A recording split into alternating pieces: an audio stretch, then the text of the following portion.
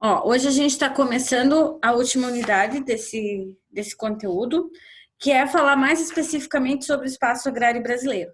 Não só da produção do espaço agrário brasileiro, mas das situações mesmo, como diz aqui o, o infográfico que eu coloquei para vocês na tela.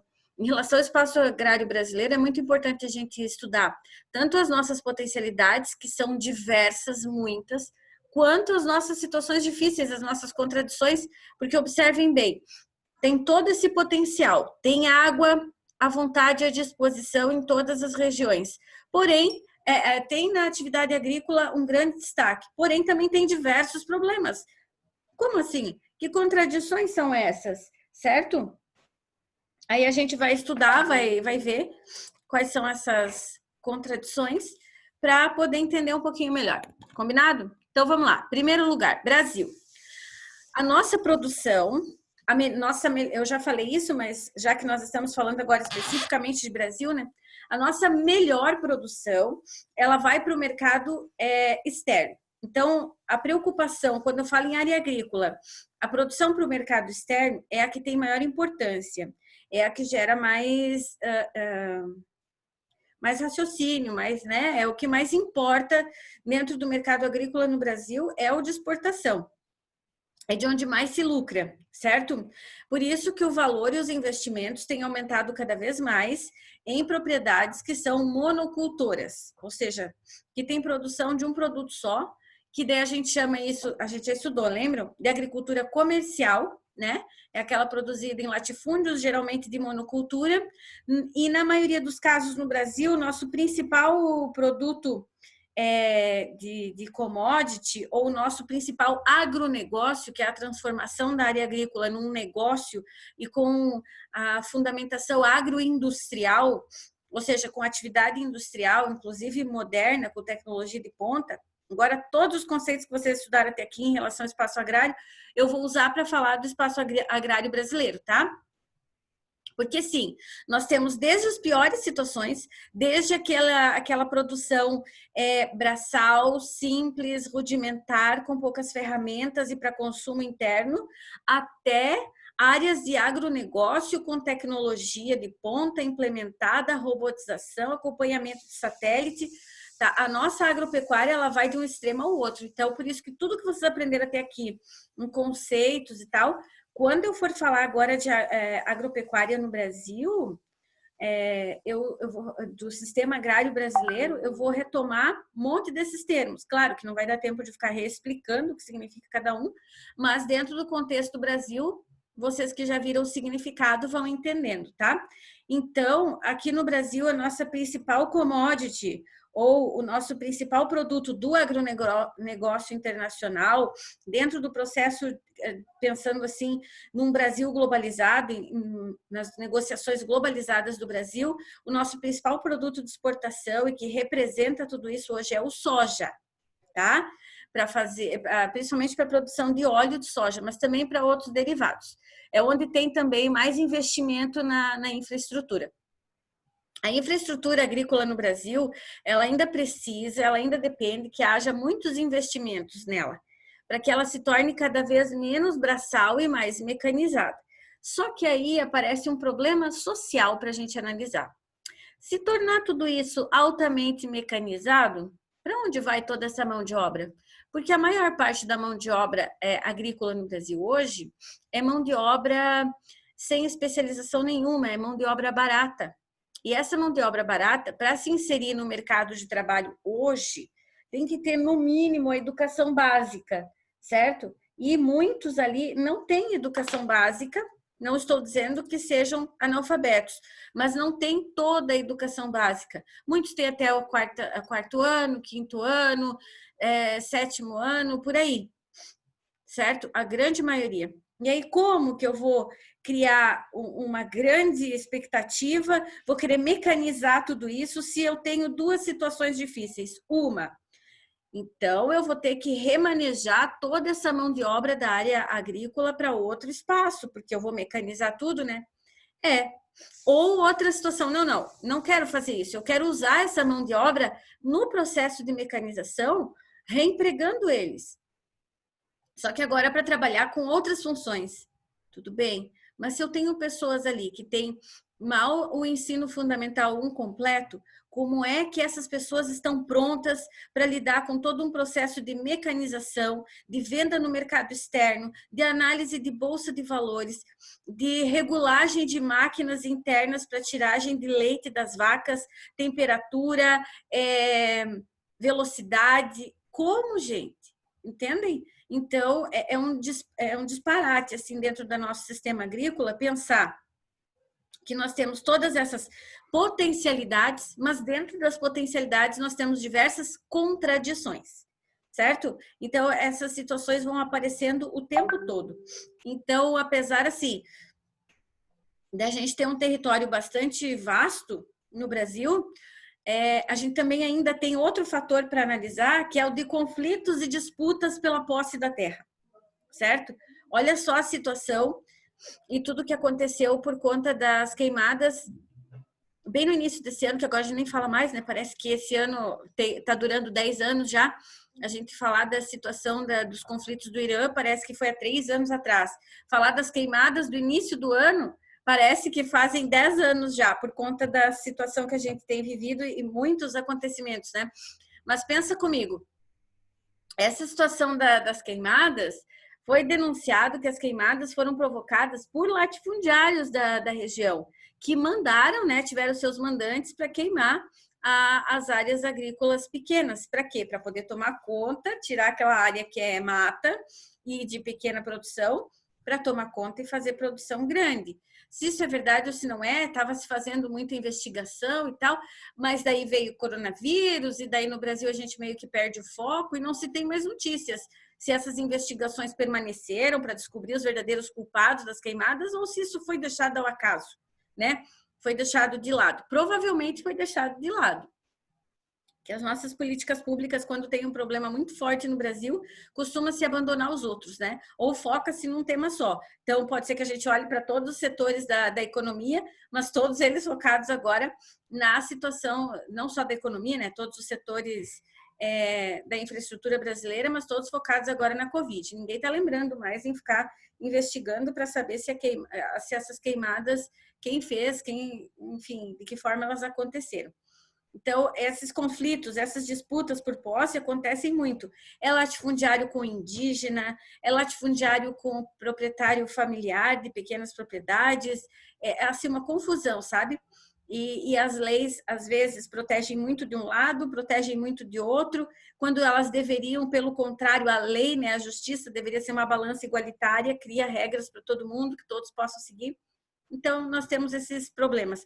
A gente vai falar desses problemas, tá? Em especial falando da região amazônica, que também, não em especial, mas a gente vai falar dela também, porque hoje a gente tem lá essa situação de latifundiários e empresas versus indígenas, ribeirinhos, toda essa coisa que eu acabei de falar para vocês, situações de confronto, né? Dos povos chamados povos da floresta, que não são só os indígenas, tem os ribeirinhos também, contra os mercadores da agricultura, que são aqueles grandes, né? Essas comunidades tradicionais, que a gente chama de povos da floresta, são aquelas que vocês já viram. Eu só vou retomar porque é para falar sobre elas no Brasil, tá? Aquelas que a gente já estudou, que tem técnicas tradicionais braçais, que a organização da sociedade é uma transmissão de costumes orais, como a gente já viu, o conhecimento da fauna e da flora deles é mais baseado em experiências do que em conhecimento científico, né? Então, eu estou falando daquelas comunidades tradicionais dos quilombolas, dos indígenas ribeirinhos, dos caiçaras, dos faxinalenses, dos pescadores, é esse pessoal aí, tá? É esses que fazem as atividades do setor primário, da agricultura, da pecuária, do extrativismo, só que de uma maneira bem mais rústica, bem mais braçal, tá? São aquelas comunidades tradicionais que vocês já estudaram. Muitas delas que já perderam, essa é a questão. Observe, eu não tenho uma comunidade tradicional no Brasil. Eu tenho diversas, espalhadas por todas as regiões. Então, como eu disse, tem ribeirinho, tem faxinalense, tem o pessoal da criação do gado, do pequeno produtor de gado, tem os pescadores, que mais? Tem os caiçaras, né? Tem todo esse pessoal aí. Então, quando eu falo desse tipo de situação, eu não estou falando, lá os quilombolas da Bahia, os indígenas do Amazonas. Não, são diversas comunidades tradicionais, certo? E todas elas estão perdendo muitas terras. A gente não ouve notícia disso, porque não é importante que essas pessoas e que essas comunidades se tornem notícia. Pelo contrário, é importante até que se elas puderem deixar de existir, melhor para o mercado, para o consumo, entendem? Então, assim, eles perderam muitas terras por várias situações, seja por exclusão, são criadas regras técnicas, leis, e eles são deixados de fora, ninguém os consulta também, seja por expulsão das terras, tá? E essa expulsão das terras, gente, eu não estou dizendo alguém chegar lá e dizer, sai fora das suas terras agora, também, tá? Principalmente latifundiários bem armados, né? Que fazem essas expulsões, sim, desse jeito, sabe? Atirando, matando. E segundo quem entende, quem convive perto lá, essa situação é bem grave, porque esses latifundiários, ou os mandantes, os mandatários desses latifundiários, eles muitas vezes atingem criança pequenininha, enfim, mas também tem invasão das terras deles, é um problema... É um problema sistemático, assim, é um sistema que tem problemas, né? E aí, o que acontece? Esses povos, eles geralmente estão ali, como eu disse para vocês, muitas coisas são transmitidas de geração em geração, inclusive a posse das terras. Então, ainda nos dias de hoje, tem muitas terras desses povos, dessas comunidades tradicionais, que eles não têm oficialmente, burocraticamente, posse dessas terras. Eles não têm documentos. Eles só dizem, olha, era do meu pai, ele morou aqui a vida inteira com o meu avô, aí o meu avô, quando faleceu, as terras ficaram para o meu pai, e agora que o meu pai faleceu também, as terras são minhas. E eles não têm um documento que oficialize isso, porque nunca nenhum deles teve essa preocupação. Afinal de contas, sempre foi da família. Qual o problema, né? Só que a nossa sociedade, ela é burocrática, ela é tudo isso. E aí, essas pessoas, elas ficam na justiça aguardando por muito tempo uma questão de duas situações. Eles dependem da titulação, ou seja, de serem entendidos como proprietários, e do reconhecimento histórico por tempo de habitação ali e prática agrícola naquelas áreas, certo? Então, eles dependem dessas duas situações, de um reconhecimento histórico de uso daquelas terras, da comunidade utilizando aquelas terras, né, de gerações, e também no processo de titulação, porque hoje em dia, sim, precisa ter o documento na mão para dizer é nosso. Talvez não um documento, como é o caso de comunidades indígenas, por exemplo, tem lá dentro da comunidade indígena, tem algumas pessoas que eu conheci, assim, então, tipo, tem o João e o Cláudio, né? Mas aquela terra que o João vive e aquela terra que o Cláudio vive, elas são uma coisa só, elas são uma comunidade indígena. Eles não têm essa perspectiva de meu pedaço, ninguém entra, ninguém mexe. Então, não vai ter uma titulação do Cláudio e uma titulação do João, do Pedro, do Manuel. O que tem é uma titulação de comunidade, entendem? Então, é essa titulação que eles esperam, porque aí todos eles podem conviver e continuar pacificamente ali dentro e os seus descendentes depois também, tá? Para muitos povos, o território ele é importante, povos não só indígenas, né, mas de comunidades tradicionais, essas terras, esse espaço agrário que eles ocupam, que eles são pequenos produtores, diferente do produtor agrícola comercial ou de grandes latifúndios que vê aquela terra como, de acordo com o fator social da terra, uma área de produção, como vocês já estudaram, esses povos eles veem a terra de duas formas, como sim uma área de produção, sem dúvida nenhuma, muito importante para a subsistência deles e de toda uma comunidade, mas também uma área de costumes, uma área culturalmente importante. A terra não vai ter um significado único, exclusivo, econômico, de produção. Ela representa valores, costumes, ela representa toda uma cultura. Então não é assim, a gente arranjou terras para vocês lá no Pará, vamos transportá-los para lá. Como assim? Né? Sempre foi nosso. Eu sei lidar com essa terra que está aqui, eu sei lidar com esse mato, com esses animais, entendem? E foi desenvolvida toda uma cultura em torno disso, né? O Ministério Público Federal assume o compromisso, segundo a documentação e a lei brasileira, a justiça brasileira. O Ministério Público Federal, ele assume o compromisso de zelar pelos direitos dessas comunidades e garantir indenização para esses povos em caso de invasão de latifundiários que vão tomando espaço. Gente, é assim, é diferente, ó. Quando essas pessoas, esses pequenos grupos vão invadir terra de latifundiário, eles geralmente chegam montando casa não, né? Mas montando acampamento e fazendo todo um alarde. O latifundiário não é bobo. O latifundiário, quando ele invade terras, ele vai indo aos poucos, com uma queimada aqui, outra ali, né, derrubando uma cerca, avançando com a plantação, avançando com o gado. Então, eles vão aumentando a área, certo? Ou aquele checkmate, né? Chegando lá e dizendo, eu preciso dessa terra. Não, essa terra é nossa, você tem documento? Não tem. Então, eu tenho. Pronto, está feito. Não tem retorno. É o nosso sistema brasileiro, nosso sistema legislativo brasileiro. Quem tem a posse das terras é quem tem documento comprobatório, né? E nesse caso, as comunidades acabam perdendo. Porém, para vocês verem as contradições, na mesma lei diz o seguinte, que o Ministério Público Federal é o responsável por zelar pelos direitos dessas comunidades, o direito delas manifestarem as suas culturas e trabalharem nessas terras do jeito que sempre foram acostumadas, né? E garantir indenização por causa de invasão ou impactos ambientais. Qualquer impacto ambiental que ocorra nessas terras e que os donos culturais tradicionais, as comunidades tradicionais, sintam-se prejudicados por isso, o Ministério Público Federal é quem tem o dever de zelar por isso e garantir uma indenização. Só que para isso precisa achar os culpados, né? Para poder indenizar é preciso achar os culpados para puni-los, porque só o governo indenizando sempre não vai dar certo. Aquele que invadiu, aquele que foi tomando área ou que causou algum impacto ambiental na região, fica sem nenhum tipo de punição, logo vai continuar fazendo a mesma coisa.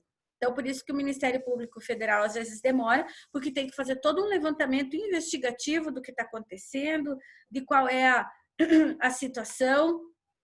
E quando se trata de grupo indígena, até que o grupo indígena entenda que é importante ter um advogado que represente eles, antes disso eles têm que ter uma liderança, um cacique, que saiba dessa situação, que entenda que existe o Ministério Público Federal, que existe a possibilidade de chamar um advogado, porque senão eles só lamentam, choram e as invasões vão acontecer. Certo? Então, enquanto o nosso espaço agrícola brasileiro tem, sim, muita potencialidade de crescimento, tem que ver quais são as contradições de lei, contradições de espaço que existem ali, tá, gente? E isso é bem importante. Tão importante que, por exemplo, agora eu queria que vocês colocassem lá na página 48, no segundo parágrafo. Lá tem o número da lei do novo Código Florestal, certo? Dá uma lida lá, a gente já conversa.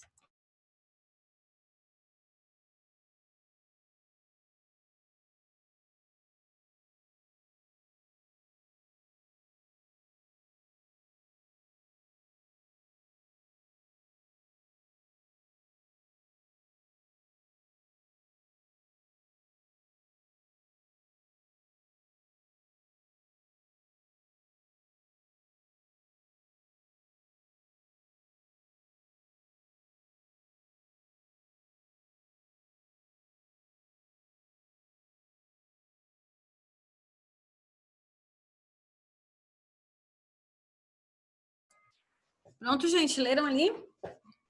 Eu espero que vocês estejam realmente assim, ó, interagindo durante as aulas e fazendo as coisas que são pedidas, porque senão a aula perde totalmente o sentido.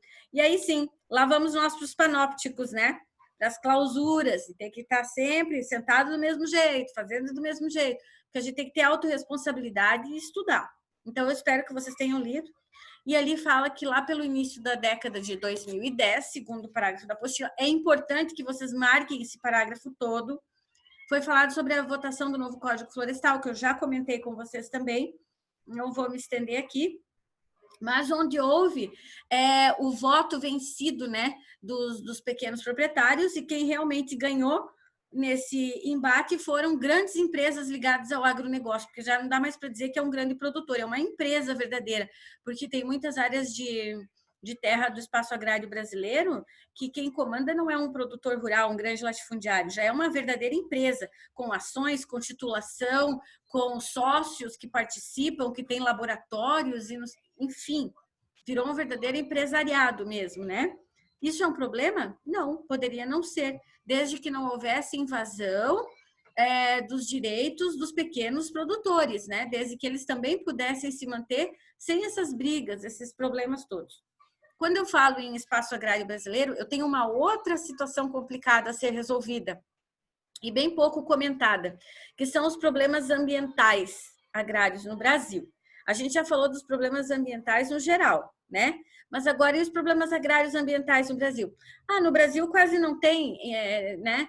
A gente tem, em primeiro lugar, como um problema ambiental no Brasil, o problema da rivalidade entre as técnicas do agronegócio e as técnicas tradicionais, certo? Onde o agronegócio critica muito as técnicas tradicionais, porque, de fato, ela vai exaurir solo com queimada, com esse tipo de coisa, e o pessoal das técnicas tradicionais que critica as técnicas do agronegócio por conta do envenenamento, né, o uso de agrotóxico em excesso, poluindo a água dos rios, enfim.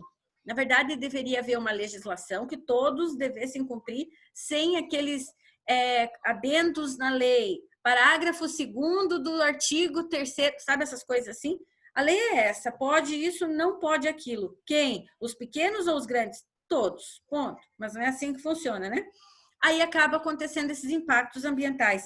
Na agricultura brasileira, os impactos ambientais são queimada, como no resto do mundo, desmatamento, poluição da água, contaminação do solo, todos aqueles que a gente falou sobre o resto do mundo tem no Brasil, todos aqueles tipos de problemas. Só que ali eu estou falando de situações do mundo e aqui eu estou falando agora de um país só, o nosso, onde todos aqueles problemas de impacto ambiental vindo do espaço agrário acontecem num país só, no nosso país, certo?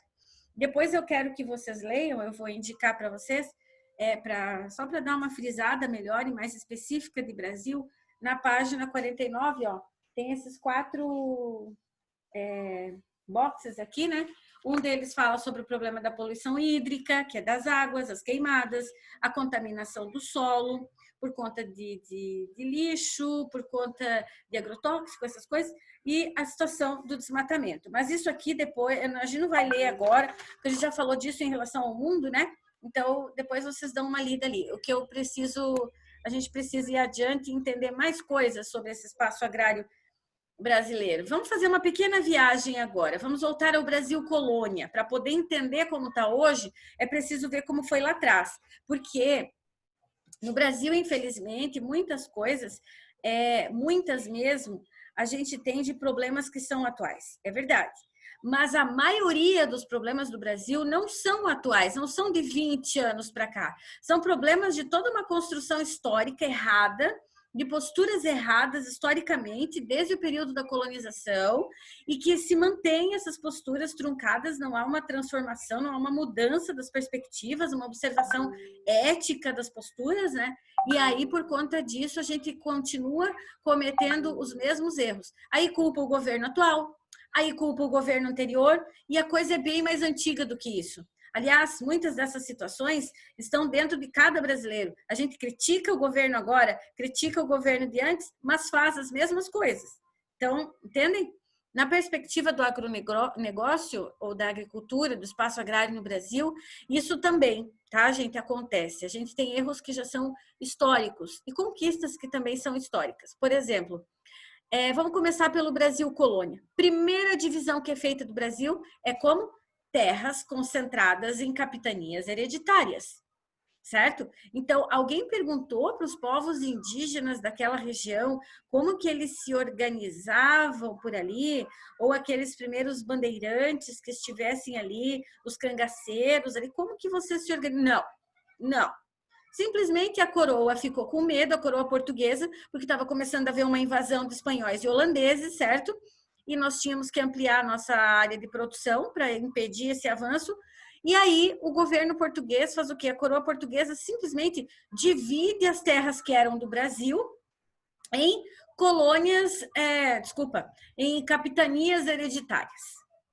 Ninguém pergunta para ninguém. Como se ninguém tivesse morando ali. Você pegasse um terreno vazio, dividisse ele e aí você colocasse as pessoas. Tudo bem. Não. Nessa situação, assim como na África, na Conferência de Berlim, ela foi dividida entre países europeus, o Brasil, no período de colonização dele, gente, olha, estão vendo que não é de agora? Foi dividido em capitanias hereditárias. Cada uma delas foi assumida por alguém da confiança do rei lá em Portugal, certo? E alguém que representasse a nobreza portuguesa, esses que assumiram as terras, as capitanias hereditárias, e tudo seguiria ordens de acordo com o que viesse da coroa portuguesa, lá da metrópole, para ser seguido aqui na colônia. Não importa quem já morava aqui, não importa o que eles produziam. Agora você vai obedecer, a terra não é mais sua e vai produzir de acordo com o que eles quiserem, certo? E detalhe maior é que o que foi exigido de cada um desses líderes das capitanias hereditárias, uma delas, a mais conhecida de São Vicente, liderada por Martim Afonso, né? O que era exigido deles eram duas coisas. Eles precisavam ter, a coroa exigia terras produtivas, manter as terras em produção, de acordo com as necessidades de Portugal, claro, e não de acordo com o que era já antes ou as necessidades locais, não. Então, tinha que manter a terra em produção e impedir invasões e conflitos. Invasões de quem?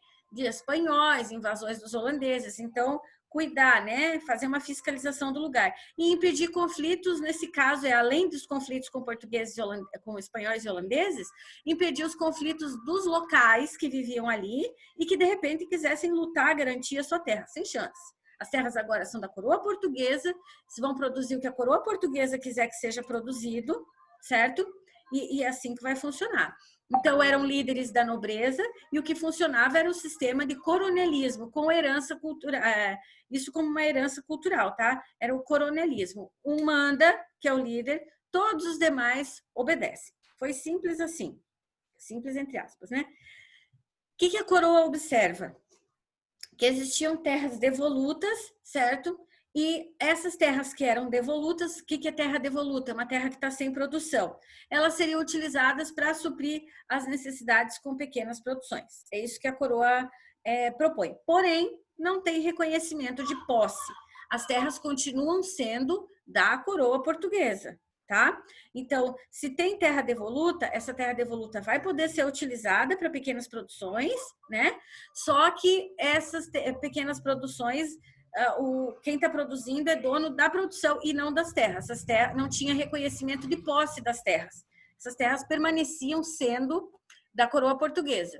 Os camponeses e pequenos produtores que queriam reconhecimento, porque às vezes estavam ali há muitos anos, né? A família já vivia ali. Quando a coroa portuguesa chegou, eles já eram donos e produtores daquela terra. Então, esses pequenos produtores, eles querem reconhecimento dessas terras.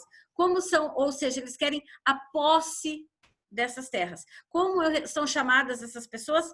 Posseiros, certo? Aqueles que lutavam pela posse das terras, porque eram terras que estavam já com a família há muito tempo e que a coroa portuguesa às vezes chamava de terra devoluta, mas não era devoluta, ela só não produzia aquilo que a coroa queria.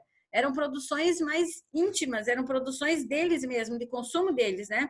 Então não era a área de grande produção de café, por exemplo, a área de produção de cana-de-açúcar.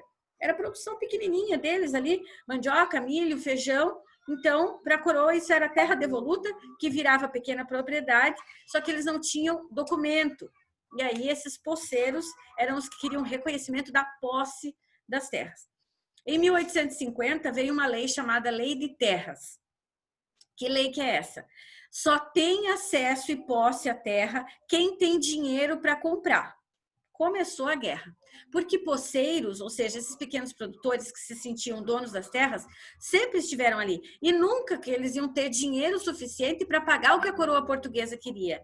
O que acontece? Quem tem dinheiro para comprar? Os representantes da coroa portuguesa que estavam liderando e vivendo ali. Então, eram nobres, eram pessoas do clero, da igreja, né? Esses tinham dinheiro para comprar. E compraram e formaram grandes latifúndios de terra. E os posseiros, que eram os pequenos produtores que já viviam ali, ficaram sem poder documentar a posse. Então, precisava dar um jeito de resolver esses conflitos que estavam começando, assim, de posseiro reclamando, reconhecimento de terra. Tudo bem, vamos fazer uma lei. A lei de terras. Você quer a posse da terra? que você compre e pague a coroa portuguesa. Pequeno poceiro, pequeno produtor não tinha condições de comprar. O latifundiário tinha. Ótimo, está seguindo a lei. A lei foi feita dessa maneira, eles estão seguindo a lei, que bom, isso significa que eles têm condições de comprar e estão seguindo e está tudo certo. Para ter dinheiro para poder comprar suas terras, porque um dia eles iam querer comprar, esses poceiros que são expulsos das suas terras, eles começam a trabalhar nos latifúndios em troca de salário para juntar dinheiro para um dia comprar as terras para eles. O problema é que eles não lembraram de um detalhe. Será que os latifundiários estavam dispostos a vender? E será que por um preço justo ou por um preço exorbitante que eles nunca conseguissem pagar? Né? Então, a gente tem que ver todas essas situações que aconteceram historicamente dentro da distribuição do espaço agrário brasileiro. Até o século XX, a gente dizia que a agricultura no Brasil era uma economia de arquipélago. Arquipélagos são ilhas, certo? Então, até a década de 30, a agricultura no Brasil ela não tinha uma organização, tinha leis, tipo a lei de terra, assim, uma ou outra lei, mas ela não tinha uma organização, não tinha um sistema de mercado.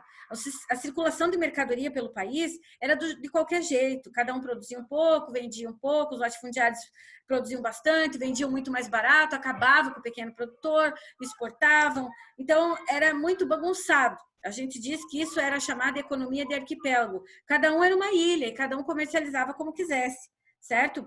Até que há uma integração, então, entre as indústrias e os centros de consumo. Eles começam a se arquitetar no Brasil, criam uma lei de comércio, uma lei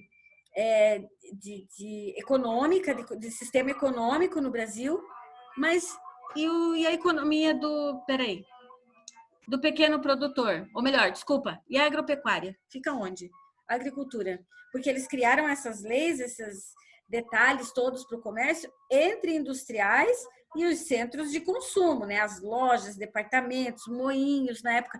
Mas quem que estava falando com os agricultores? Ninguém. Aí mesmo os grandes latifundiários pareciam meio abandonados. O que acontece? Um acordo entre os agricultores e uma interação econômica, assim, entre os agricultores e a indústria, certo? Só que a indústria vai querer produção de pequeno agricultor? Vai querer um pouquinho do seu José, um pouquinho do seu João?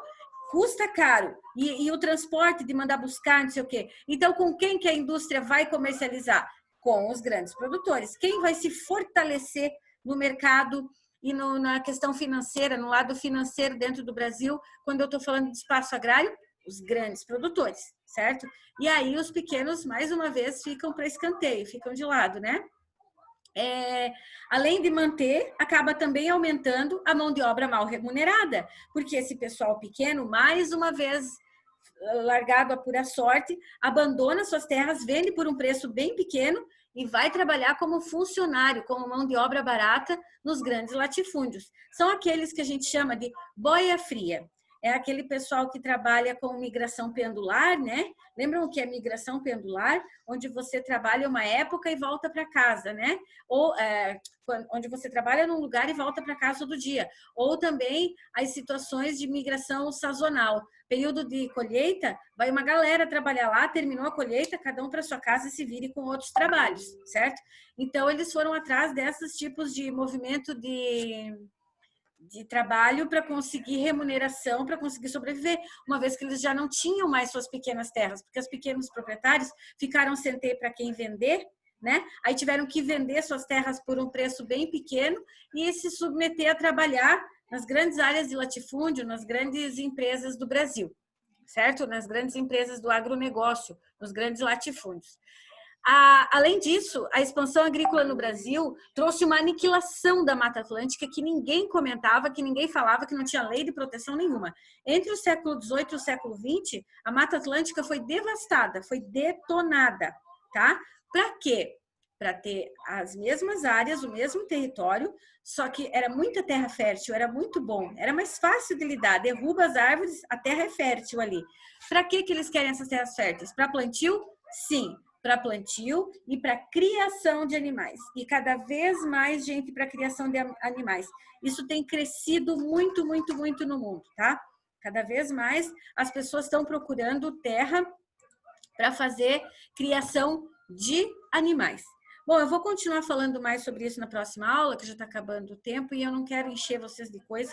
Falei hoje sobre comunidades tradicionais, problemas ambientais, concentração de terra no Brasil, falei da lei de terras, da expansão das fronteiras agrícolas, certo? E da divisão entre o latifúndio e o pequeno produtor. Acho que já é bastante coisa. Para quem está anotando, isso já é bastante, certo?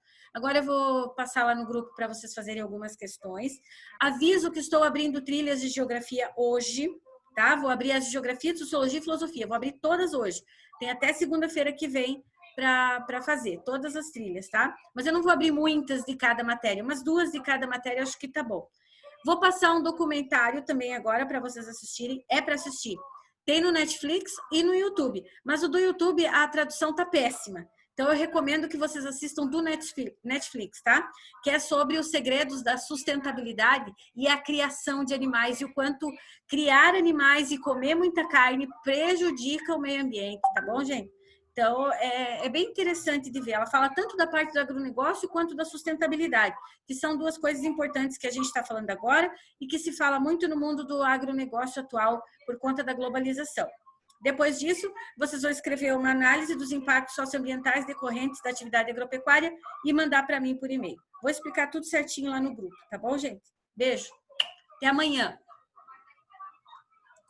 Tchau, professora. Tchau, tchau. Tchau, prof. Tchau, tchau. Tchau, prof. Tchau, meu amor. Beijo para todos.